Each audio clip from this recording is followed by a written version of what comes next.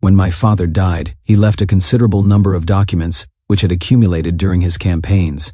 There were army orders, situation reports, daily reports to the High Command. Besides these official documents, he left a number of volumes comprising his personal diary and comprehensive notes on the French campaign of 1940 and on the war in the desert. After the First World War, my father published a book on infantry tactics, based largely on his own experiences. When he was writing that book, he found he had preserved few of the essential documents. While his diary was hardly more helpful, there were great gaps during the most important periods, when he had been too occupied with fighting to have time for his diary. My father undoubtedly intended to publish another book on the military lessons to be derived from his experiences in World War II, and this time he was determined not to be at the same disadvantage in the matter of contemporary records. From the moment he crossed the frontier, on May 10, 1940, he began to keep a personal account of his operations, which he generally dictated daily to one of his aides. Whenever a lull allowed, he prepared a more considered appreciation of what had taken place. He preserved all his official orders, reports, and documents. In addition, there were hundreds of maps and sketches of his operations which he or his staff had drawn in colored chalks, some being carefully and exactly finished off in drawing ink. There were also drafts for maps intended to illustrate his subsequent writings. As events took a less favorable turn, my father became all the more anxious that an objective account of his actions should survive his possible death, so that his intentions could not be misinterpreted. On his return from Africa, he worked on his papers in great secrecy, dictating or giving drafts for typing, only to my mother or to one of his ADGs. On his return from France in August 1944, he began to write an account of the invasion, but he destroyed this when it became clear that he was suspected of complicity in the July 20 plot. On the other hand, some papers have survived which he would undoubtedly have burned had he had the time. My father was an enthusiastic photographer.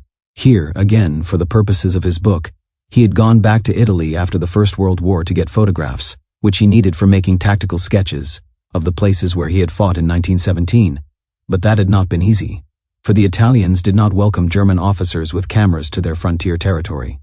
My father traveled as an engineer with my mother on a motorcycle. For the book he planned to write on the Second World War, he intended to be well provided with photographs, and he took literally thousands, both in Europe and in Africa, including a large number in color. He took photographs only when advancing. He once told me, "I don't photograph my own retreat." Furthermore, he wrote to my mother almost daily, and she had preserved about 1,000 of his letters. Only a proportion of all this material survived the various vicissitudes which it underwent. During the months immediately preceding the outbreak of war, my father commanded the War Academy at Wiener Neustadt, about 30 miles south of Vienna. The academy was housed in an enormous old castle. When in 1943, British and American bomber squadrons started to raid the town and our home was in danger of being destroyed, we deposited some of my father's papers in the deep cellars of the castle. Others we sent to a farm in southwest Germany. The rest we took with us when, in the autumn of 1943, we moved from Wiener Neustadt to Herrlingen, 5 miles from Ulm, in Württemberg. My father's death made my mother all the more anxious to save his papers, not only for personal reasons but so that, when history came to be written, the truth might be told.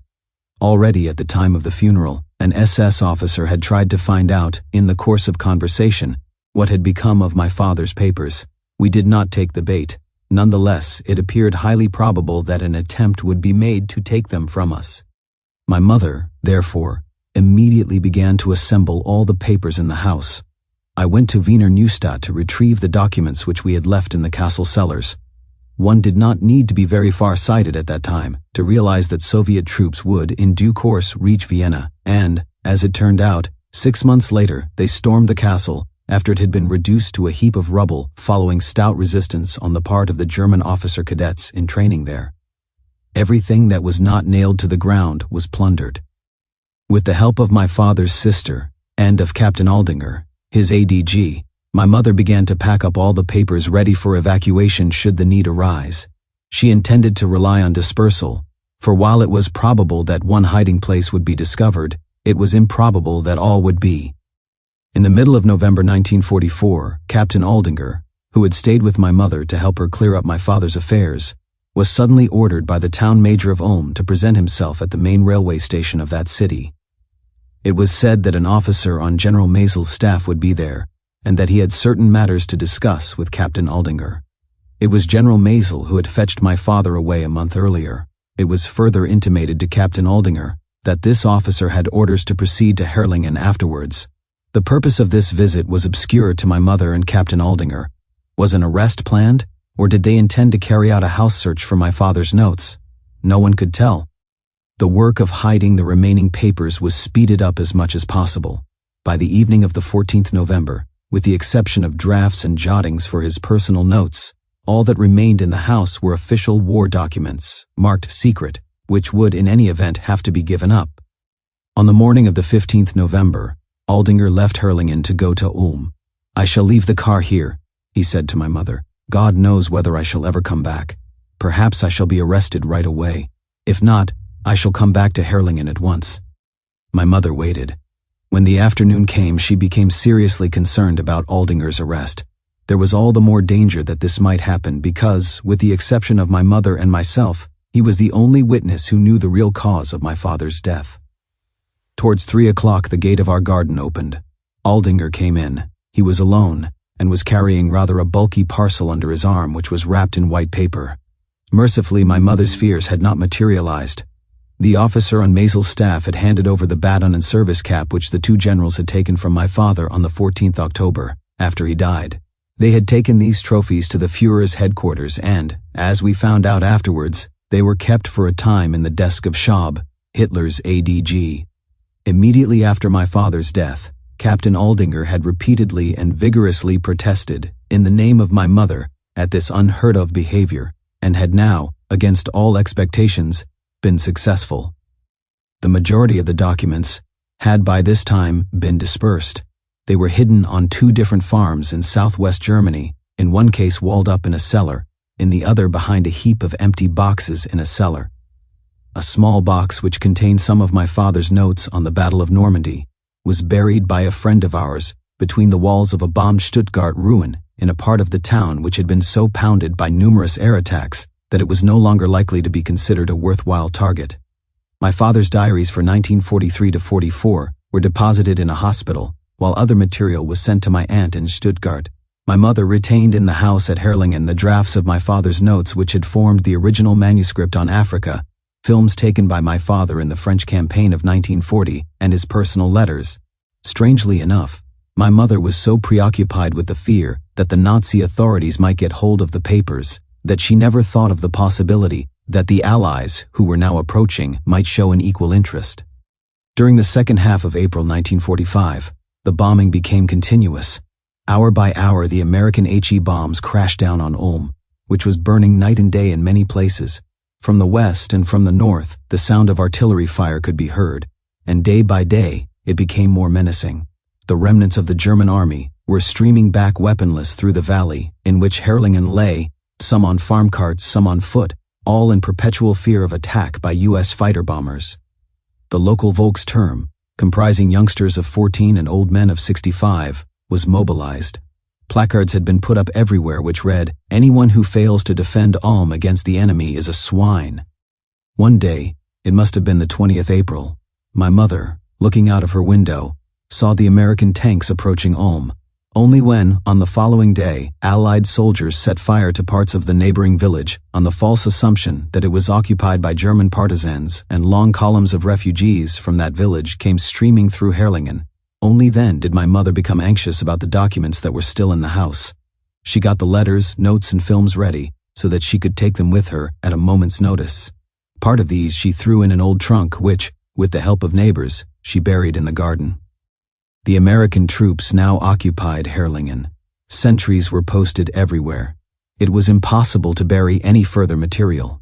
Among the first Americans who came to see my mother was a Captain Marshall of the 7th Army. He asked whether there were any documents in the house. In the confident belief that private letters would not be confiscated, my mother answered, "I have only the personal letters of my husband written to me." "Where are these letters?" asked Marshall. He went with my mother down to the cellar. When he saw the folders containing the letters lying in a box, he said, "I will have to take them away. We shall want to have a look at them. I will bring them back in a few days." Next, my mother was told that the return of these letters would be delayed for a bit. A fortnight later, Captain Marshall's interpreter came to my mother and said, "The captain is terribly sorry that we can't keep our promise, but the Army has decided that these documents will have to be sent to Washington." One day, in the middle of May, at 8 o'clock in the morning, my mother was ordered to leave her house by 9. An American unit was to be billeted in our home. While my mother was still packing, American soldiers started to open the drawers and cupboards and to search. Numerous documents of my father's, drafts for notes on Africa and handwritten maps, which at the time were on the library shelves, in the desk and in the cellar, have not been seen since. All my mother managed to do was to bring away on a small handcart a trunk containing my father's films, the manuscript of the African campaign, and the official history of the 7th Panzer Division's operations in France in 1940, of which only 3 copies had ever been made. The papers, which were evacuated to other places, met with varied fates. On the one farm in southwest Germany, some Americans appeared, announced that they belonged to the Counterintelligence Corps, and demanded to see the trunks which Field Marshal Rommel had placed there. Unfortunately, some of these trunks and boxes had already been brought up from the cellar, in which they had been walled up, into the house itself. The Americans commandeered a chest and a trunk. The chest contained my father's documents, notes and sketches from the First World War, the material he had used in his book The Infantry in Attack. The trunk contained my father's complete Leica equipment, a camera, and 12 different accessories, personal effects, and about 3,000 snapshots which my father had himself taken. He was particularly proud of his color photographs, some of which had been taken with a certain amount of danger to himself. One, I remember, which was most impressive, showed Australian infantry attacking with bayonets. There were several thousand other photographs which he had collected from war reporters and soldiers between 1940 and 1944. Some he had already captioned. The Americans gave a receipt for the chest and the trunk, but American officers who subsequently came and tried to be helpful about the recovery of the trunks, and to whom we showed this receipt, were doubtful whether these people had really been acting under official orders.